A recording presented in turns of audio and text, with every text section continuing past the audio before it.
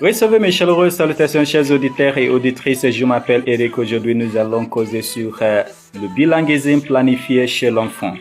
Question à se poser. De plus en plus de parents veulent prendre en main le développement bilingue de leurs enfants dès la petite enfance. Dans ce cas-ci, il est important d'établir un projet linguistique dans lequel les parents envisagent le parcours que l'enfant suivra pour devenir et ensuite rester bilingue. Parmi les questions auxquelles ils devront répondre, 5 sont particulièrement importantes. 1. À partir de quand les langues seront-elles acquises? Il existe un mythe selon lequel il est impossible de devenir un vrai bilingue si les deux langues n'ont pas été acquises dès la toute petite enfance. Or, il est possible de devenir un bilingue à tout moment de la vie, dans l'enfance, dans l'adolescence et même à l'âge adulte. Il est bon de garder cela à l'esprit lorsque l'on planifie le bilinguisme d'un enfant. 2. Quelle stratégie linguistique adopter à la maison?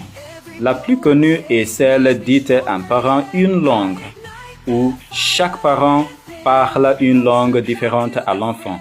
Une deuxième stratégie, une langue à la maison, l'autre à l'extérieur, et celle qui fonctionne le mieux selon les études récentes. Ici, les parents décident de ne parler qu'une seule langue à l'enfant, à la maison, et laissent l'autre langue être celle des contacts à l'extérieur.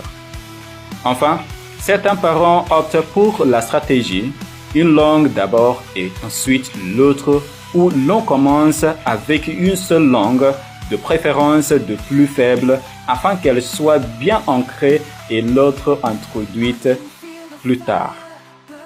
Troisièmement, l'enfant restera-t-il un réel besoin d'utiliser chaque langue?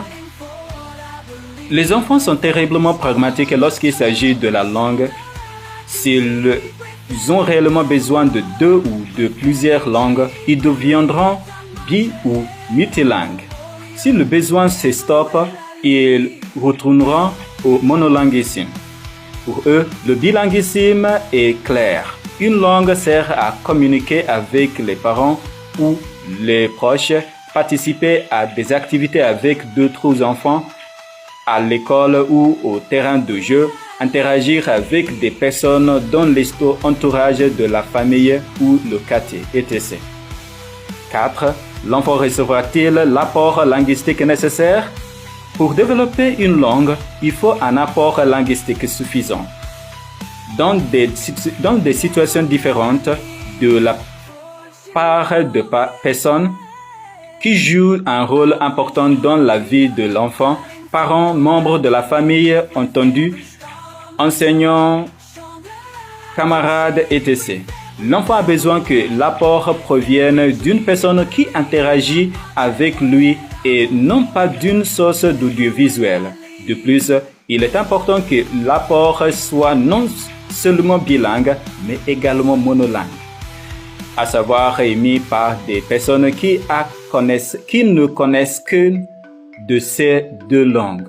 Plus tard, la langue écrite sera une aide primordiale pour le développement du vocabulaire et de la syntaxe, mais également des aspects culturels. Et dernièrement, quels autres soutiens seront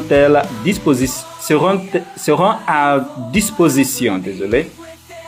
L'utilisation des langues de l'enfant par d'autres membres de la famille tels que les grands-parents, notamment la langue minoritaire, seront précieuses car, outre l'apport linguistique, cela montrera la valeur attachée à chaque langue.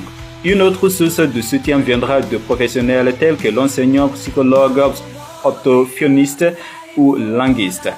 Il ne faut pas non plus oublier la contribution de nombreuses associations qui ont vu le jour dernièrement pour l'encourager et favoriser le bilinguisme. Exemple, le café bilingue, permettre à enfant de devenir bilingue est une manière de lui donner un atout linguistique et culturel supplémentaire dans la vie, sans parler des avantages cognitifs qui nous maintenant bien établis.